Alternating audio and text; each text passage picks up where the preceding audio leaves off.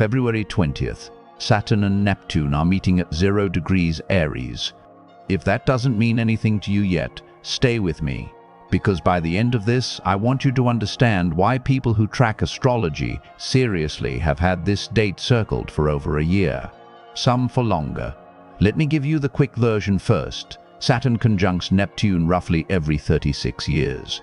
Their last meetup was in 1989. Before that, 1953. Before that, 1917. Each of those times, something massive shifted in how civilization organized itself. The Berlin Wall fell in 1989 at almost the exact day of their conjunction. Not a metaphor, literally the day.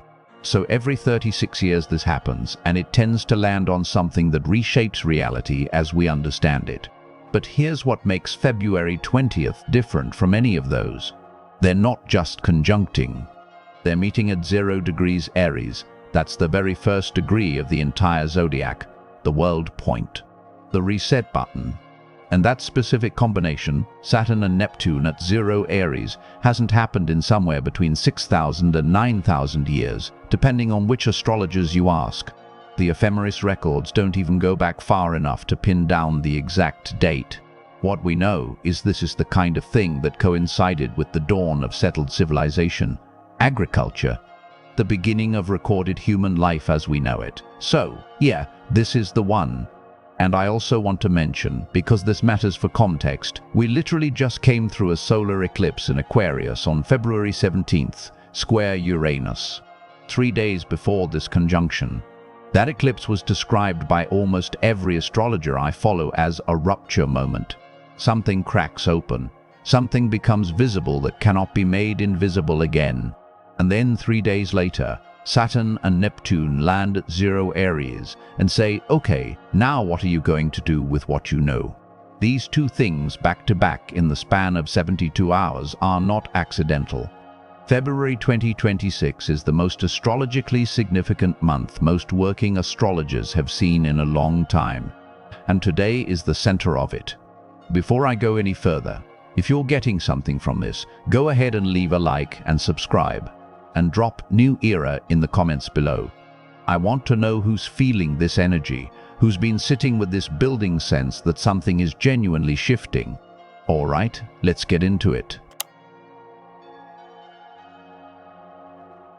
Saturn and Neptune are not obvious friends.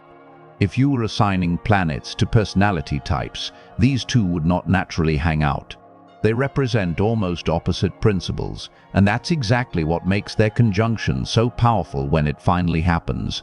Saturn is the part of reality that says no, its structure, its limits, its accountability, discipline, what you've actually built versus what you imagine you were building. Saturn is the landlord showing up to inspect the apartment.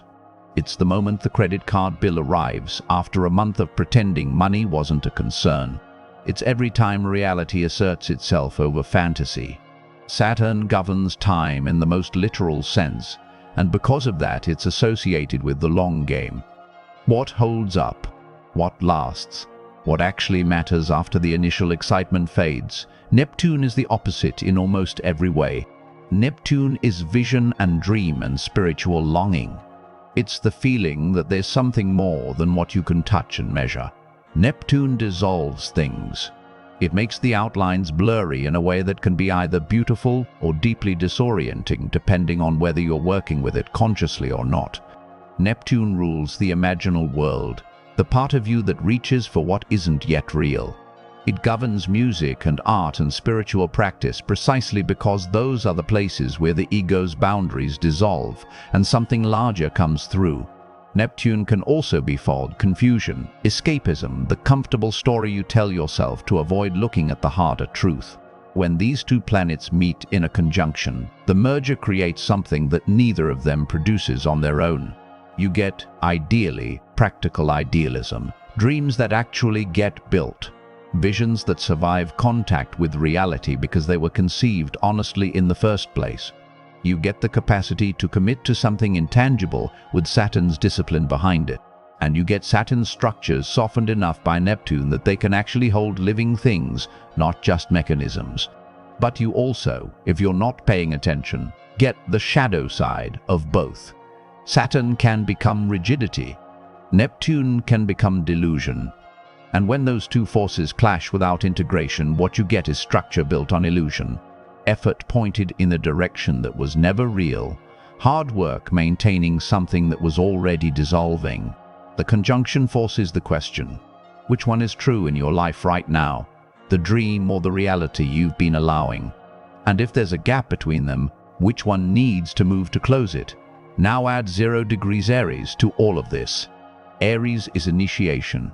It's the spark before anything else exists. It's courage before the outcome is known. Aries doesn't ask for permission, and it doesn't wait for the conditions to be perfect. It just begins. And 0 degrees Aries, the very first point of the entire zodiac wheel, is not just the start of Aries. It's the start of everything, the absolute origin point, when major planetary events happen. Here astrologers call it the world point, meaning the effects ripple out into the collective in ways that more private degrees don't.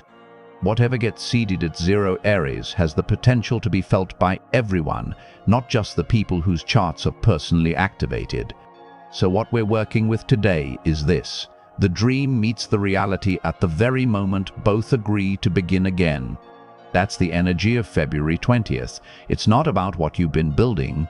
It's about what you're deciding to build next, and whether you're willing to do it with honesty this time instead of pure hope.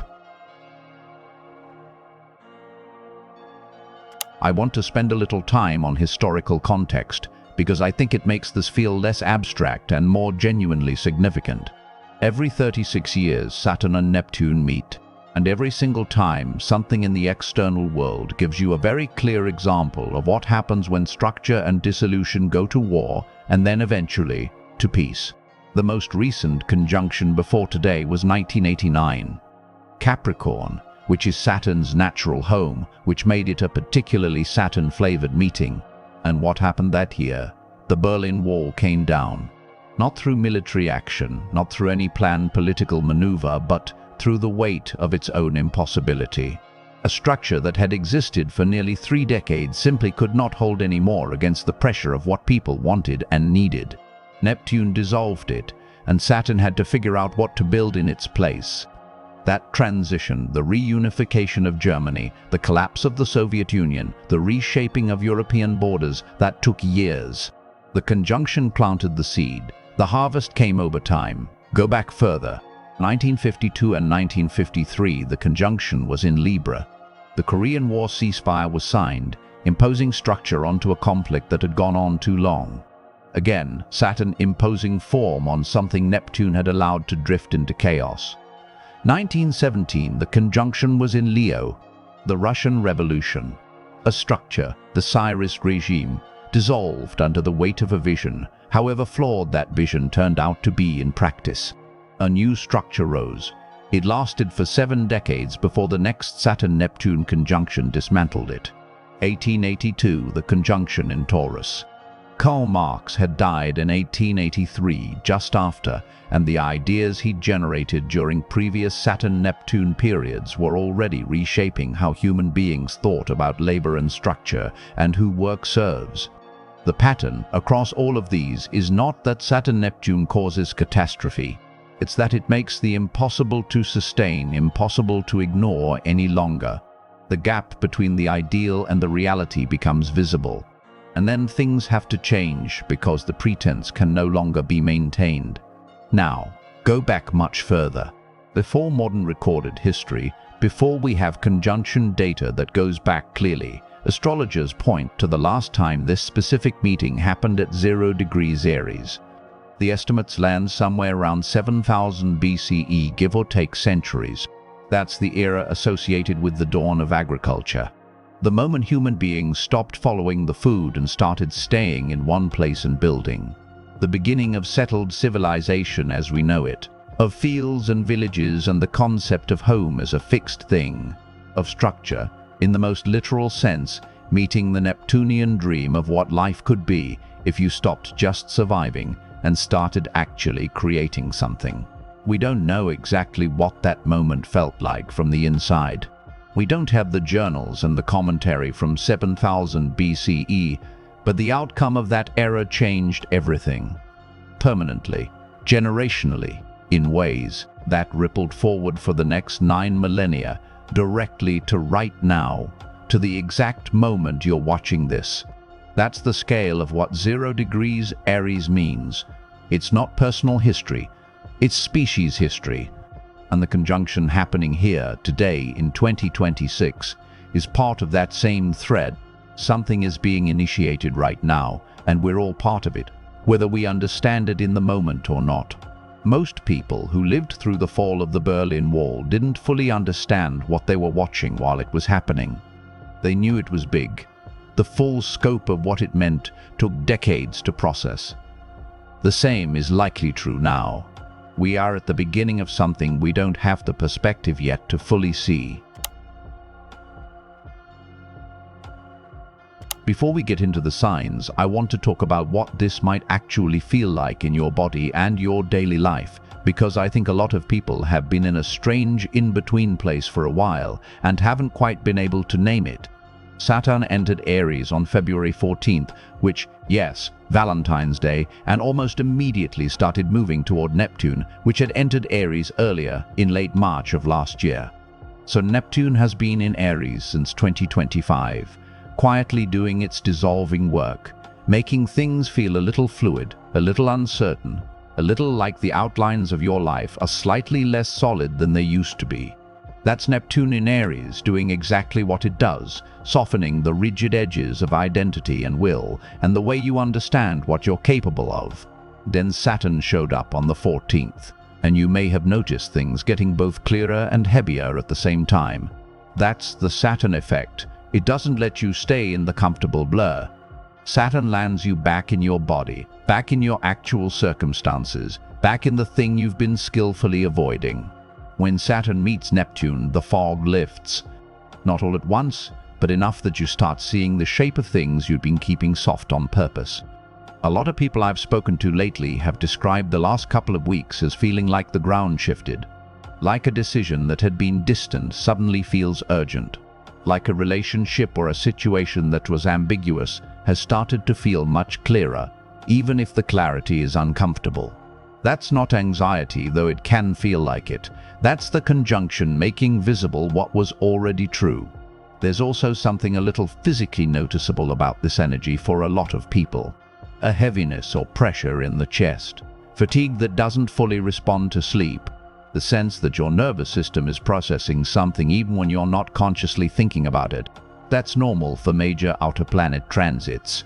Your body picks up on shifts in the collective field before your mind knows what to do with them. If you've been feeling worn down in a way that doesn't quite match your circumstances, give yourself some grace. Something real is being processed. The other thing worth naming is that for a lot of people, this is surfacing old dreams. Things you wanted a long time ago that you set aside for practical reasons. Visions of what your life could look like that got quietly shelved because the timing wasn't right, or the resources weren't there, or you talked yourself out of believing it was possible. Neptune makes those things feel close again, and Saturn, arriving now, isn't here to crush them. It's here to ask, okay, what would it actually take to build this?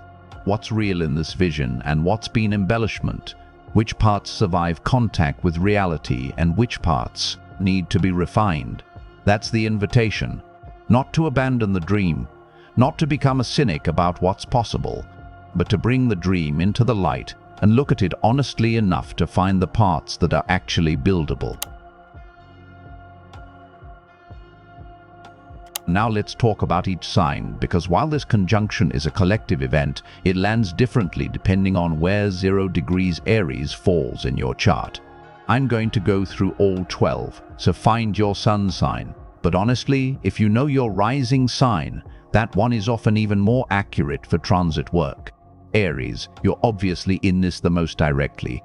Both Saturn and Neptune are moving through your first house, which is your house of identity, appearance, and the way you present yourself to the world. Having Saturn here is humbling in the best sense. It's asking you to be real about yourself in ways that can feel counterintuitive for a sign that usually prefers to project confidence and forward motion. And Neptune has been, for the past year, quietly dissolving the version of yourself that was more performance than truth. The masks, the roles, the way you'd been showing up because it was expected rather than because it was actually you. What this conjunction does for Aries is make that dissolution visible and also make the rebuilding available. You can actually see now which version of yourself you've outgrown. You can feel which parts of how you've been operating are genuinely yours and which you adopted somewhere along the way and just kept wearing. The risk for you is that Aries energy wants to move fast, and this transit is asking for something deeper than speed. The shift that's available to you now is real and lasting, but only if you let it happen with some depth, instead of just swapping one fast-moving version of yourself for another. The courage Aries is famous for is needed here, not for action, but for honesty. Taurus, this conjunction is activating your 12th house. The 12th house is one of the more misunderstood places in astrology because it's not obvious or visible. It's the house of what happens behind the scenes, what you keep private, what you're still working through in your inner world before you're ready to bring it out into the open. Saturn and Neptune here is a deep internal conjunction for you. Old patterns you thought were resolved may resurface not to torment you but to be completed. Things you've been carrying in private, fears, grief, creative projects you've been sitting on, habits you know need to change but haven't dealt with yet, all of it is being illuminated. This is actually an important clearing for Taurus before Jupiter moves through your first house later this year, which is a genuine expansion. The 12th house work you do now prepares the ground for that arrival. Don't avoid the inner work right now. It's doing something. Gemini, you're looking at your 11th house, which covers your social world, your communities, your networks, and the larger vision you're working toward with other people. Saturn and Neptune here is asking you to get real about which of your communities are actually aligned with who you're becoming versus which you stayed in out of habit or history. For Gemini, this can feel a little disorienting because you're naturally good at moving between different social worlds and finding something real in each of them. But this conjunction is asking for a little more discernment. Not coldness, just clarity about where your energy is actually well spent. The positive side of this is that it's also excellent energy for finding or deepening connection with people who share a genuine purpose or direction with you. If you've been wanting to find your people, your real people, this is the transit that supports that kind of magnetism. Cancer, this conjunction is hitting your 10th house, which is your career, your public role, your reputation, and your sense of what you're building in the world. And for a lot of Cancers, there's been this long-standing tension between what you're doing professionally and what actually nourishes you. Cancer is a sign that needs meaning in its work, not just achievement, and the Saturn-Neptune conjunction in your 10th is asking you to rebuild your professional life around that truth. Saturn here demands structure and commitment. Neptune here has been dissolving the parts of your career that were built around safety alone, around what seemed stable rather than what was true. The question this puts to you is, what would you build if you built it from your actual values instead of from fear of what happens if you don't have enough? That's a harder question than it sounds, but it's the right one right now. Leo, this is landing in your 9th house, the house of philosophy, beliefs, long-distance travel, higher education, and the framework through which you understand the world. Saturn and Neptune here is a quiet but significant challenge to the story you've been living by. The belief system that has shaped your choices, the worldview that felt settled and solid, is being examined. Some of what you believed is true and will survive the examination. Some of it was inherited without questioning and won't hold up under scrutiny. This is not a crisis of faith, it's a maturation of it. The Leo who comes out of this transit has a deeper, more genuinely held philosophy, one that has actually been tested rather than simply assumed. If you've been feeling drawn to study something more seriously, to travel somewhere that challenges your perspective, or to question an assumption you've carried for a long time, follow that pull. Virgo, this conjunction is in your 8th house, which covers shared resources, deep psychological transformation, other people's money and energy, and the parts of yourself that only come out in genuine intimacy. The 8th house is not the easiest place for a Virgo because it's the least controllable house in the chart. It's about surrender, depth, and trust in processes you can't manage from the outside. Saturn here is asking you to get serious about debt, shared finances, or the emotional debts that exist in your closest relationships. Things that have been loosely defined need to be clarified. Neptune here has been making some of those things feel more okay than they probably are. It's been softening the edges of situations that actually need clear attention. The conjunction pushes you to look clearly and then act from that clarity. The transformation available in your 8th house right now is deep and lasting if you engage with it honestly. Libra, this is hitting your 7th house directly, which is the house of partnerships. Not just romantic ones, though certainly those, but also business relationships, close one-on-one friendships, and anyone you're in a dynamic of formal mutual commitment with. Saturn and Neptune at this degree in your 7th is creating a very clear, if sometimes uncomfortable, view of your partnerships. Some of what you're seeing might be that something has genuinely run its course, and you've been softening that truth with Neptune fog for longer than you should have. Some of what you're seeing might be that a relationship you'd been taking for granted has more real depth and value than you'd been giving it credit for. Both of these possibilities are live for Libra right now, and your job is to not rush to a conclusion while still being honest with yourself about what you're actually perceiving. Clarity in partnership is not cruelty, it's respect. Scorpio, this conjunction is in your 6th house, the house of daily work, health, routines, and the practical systems that organize your day-to-day life. This is one of the less glamorous houses, but it's one of the most important for quality of life, because how you spend your ordinary days is how you spend your life. Saturn and Neptune here is asking Scorpio to get serious about the systems and habits that have been loose or avoidant. Health practices that you know matter but haven't been consistent with. Work arrangements that have been running on vague understandings rather than clear agreements.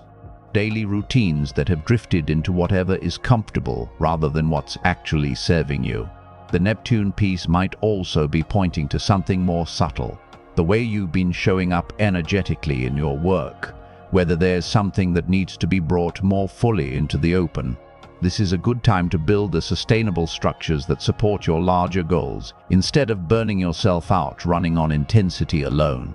Sagittarius, this is activating your 5th house, which covers creative expression, joy, pleasure, romance, in the lighter, more playful sense, and for those with children, the relationship to them. The 5th house is the place where you get to be yourself for the pure pleasure of it. Saturn and Neptune here is an interesting mix for Sagittarius because you're a sign that thrives on spontaneity, and Saturn in the 5th can sometimes feel like someone put rules on the playground. But what it's actually doing is asking you to commit to the things that genuinely bring you alive, to stop treating your creative impulses as hobbies that are okay to deprioritize, and to build real sustained relationship with the things that make you feel most like yourself. Neptune here has been expanding your sense of what's creatively possible. Saturn is now asking you to pick one thread and actually follow it all the way through. Capricorn, this conjunction is landing in your 4th house, which is home, family, roots, and the deeper private life that nobody outside your inner circle sees. This is also the house of where you came from and what you're carrying forward from your lineage.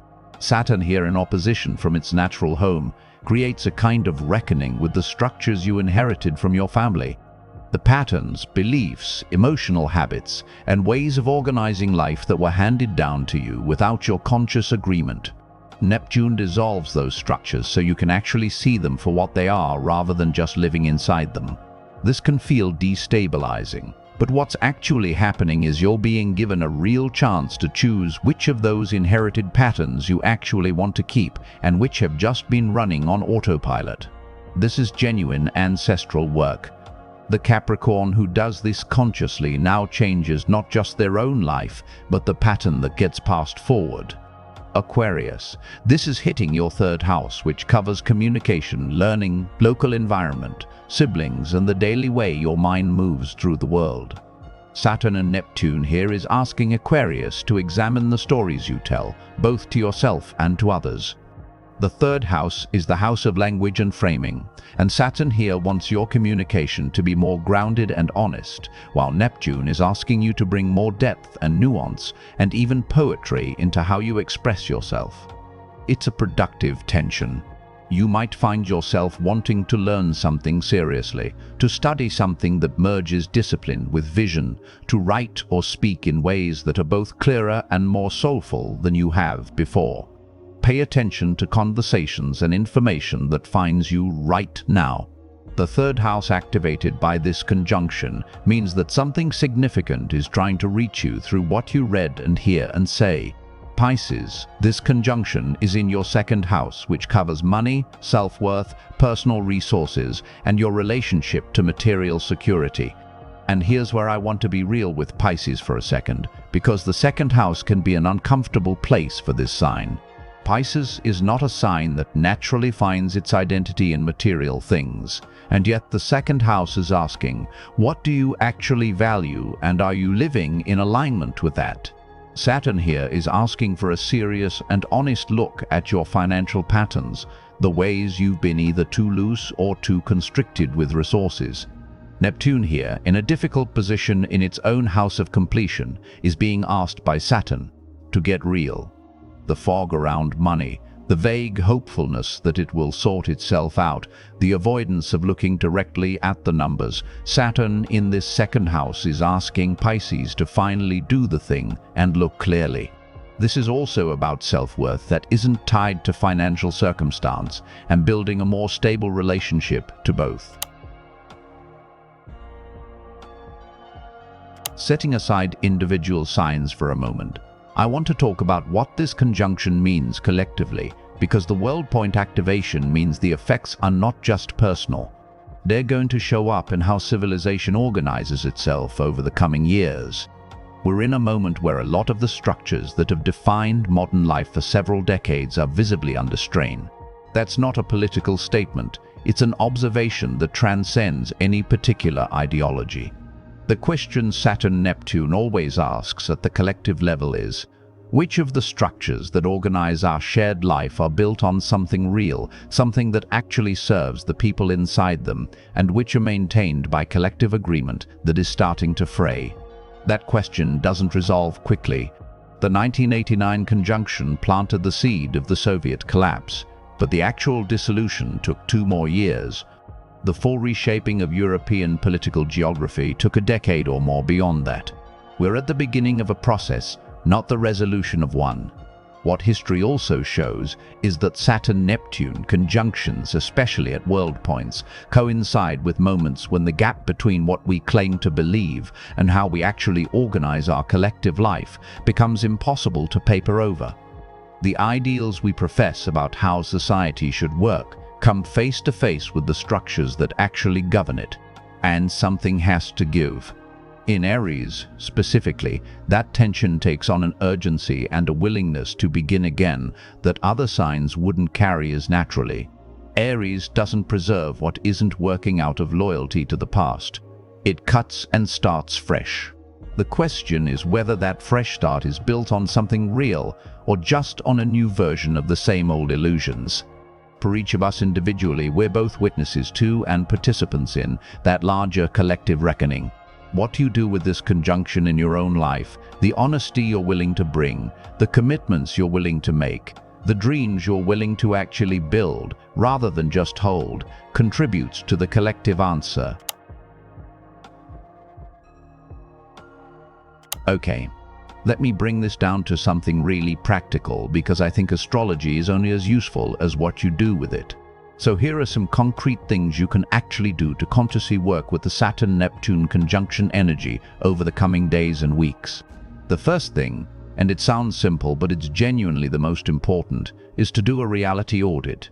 Sit down somewhere quiet, no distractions, and write out a list of the things you say you want. Your actual goals, your vision for your life, the things you tell yourself and sometimes tell other people are your priorities. Then, separately, write out how you've actually been spending your time and energy over the last 3 months. Not how you intend to, not the exceptions, the consistent pattern. Then look at whether those two lists are telling the same story. Saturn-Neptune conjunctions illuminate the gap between what we profess and what we practice. And you don't need astrology to do this. You need honesty. If your actions and your stated values are not aligned, that's information, not judgment, information. And now is the time to act on it.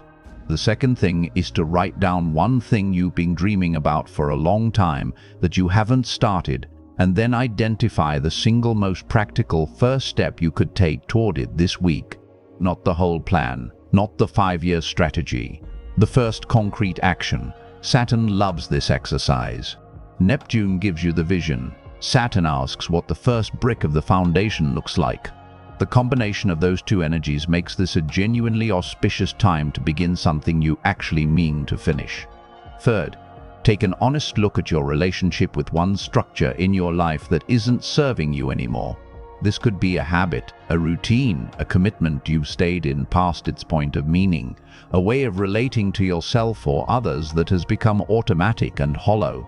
Saturn in Aries doesn't have patience for structures that exist only because we haven't gotten around to changing them. And Neptune in Aries is dissolving the justifications you've been using to keep them in place. You don't have to blow everything up, but pick one thing that needs to either be recommitted to with full presence or released, and decide which one it is. Fourth, spend some time with what you actually believe. This is the Neptune piece. Saturn can make us overly concrete, overly focused on what's measurable, and in doing so can cut us off from the deeper sense of meaning and direction that makes the practical effort feel worth it.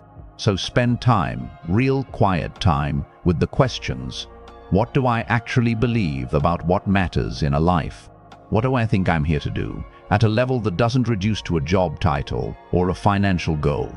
What am I connected to that's larger than my immediate circumstances?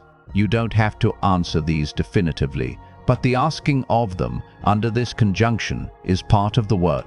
Fifth, deal with one thing you've been avoiding because it's complicated. Saturn-Neptune conjunctions have a way of making the complicated thing either resolve or escalate. The pressure builds when you don't engage, and Aries doesn't do comfortable avoidance for long. Whatever you've been putting off because it requires a difficult conversation, a commitment you're not sure you can keep, a practical matter that's been vague when it needs to be clear, pick one and engage with it this week. You will feel better. Not because the situation necessarily gets easier, but because you'll have stopped carrying the weight of the avoidance on top of the weight of the situation itself.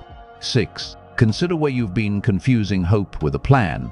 This is the Saturn side talking. Hope is real and it matters. But hope without structure, without the concrete steps that turn vision into reality, is Neptune without Saturn. It's the dream that never gets built. If you've been hoping for something to change without actually changing anything, this conjunction is a direct invitation to take one concrete step. The universe, to use that language, responds more to demonstration than to intention. Show one real thing that the direction has changed, even a small thing. Saturn notices the brick, not just the blueprint. 7th, do something physical that grounds you in your body and connects you to the present moment. Outer planet transits of this magnitude can make people feel unmoored, slightly out of body, like they're processing something they can't quite locate. That's real. The antidote is physical presence. Walk somewhere you haven't walked before. Cook something from scratch. Plant something, literally in the ground if you can. Move your body in a way that requires full attention. The conjunction is happening at 0 Aries, which is a fire and body sign. It wants to be embodied, not just contemplated. The insights that come when you're physically present and grounded often go deeper than the ones that come from sitting with a journal, as useful as that is too. Combine both. And 8th, share something real with someone you trust. Saturn-Neptune conjunctions are partly about the gap between the private self and the public one, between who you are when no one is watching and who you present to the world. Closing that gap a little, even in a small way, with one person who matters to you is one of the most meaningful things you can do under this energy. It doesn't have to be dramatic. It can be as simple as saying the thing you usually only think, or admitting something you've been carrying quietly that someone else could actually help you with. Connection forged in honesty under this transit has a particular staying power. None of these steps requires a perfect understanding of astrology to be useful. They're just, at the core, about being a little more honest with yourself and with your life than you've been comfortable being lately, which is what this conjunction is asking of all of us. So that's what's happening on February 20th, 2026. Saturn and Neptune at 0 degrees Aries for the first time in somewhere around 6,000 to 9,000 years. The dream and the discipline meeting at the absolute starting line of the Zodiac. The gap between what we imagine and what we build being asked to close. This doesn't resolve in a day. The themes of this conjunction will run through the next couple of years as Saturn and Neptune travel through Aries together. Saturn will retrograde back through some of these degrees later this year, giving everyone another pass at what's being initiated now. Neptune will be in Aries for years. The seeds being planted today have a long growing season, but right now at the exact degree is when the intention gets set. What you decide to begin now, what you decide to be honest about now, what you decide to commit to now, that carries forward. It shapes the texture of what comes next. I think most of us have something we already know, a truth we've been aware of for a while but haven't fully sat with or acted on, a dream we've been tending quietly. A structure we've known needs to change but haven't changed because change is uncomfortable and the old thing still basically functions. This energy is not asking you to be someone you're not, it's asking you to be more fully who you already are, to close the gap between what you know and what you do, to bring the vision and the reality into closer alignment than they've been. That's the invitation of Saturn conjunct Neptune at 0 Aries. It's not an easy one, but it's a real one. And it's here right now. If this was useful, go ahead and leave a like and subscribe. It genuinely helps the channel and means I keep making these. Drop new era in the comments below. I really love seeing who's tuned into this energy and what it's bringing up for you. And if you're going through something that connects to what I talked about today, share it in the comments. The conversation that happens down there is one of my favorite things about doing this. All right, take care of yourselves through this one. I'll see you in the next one.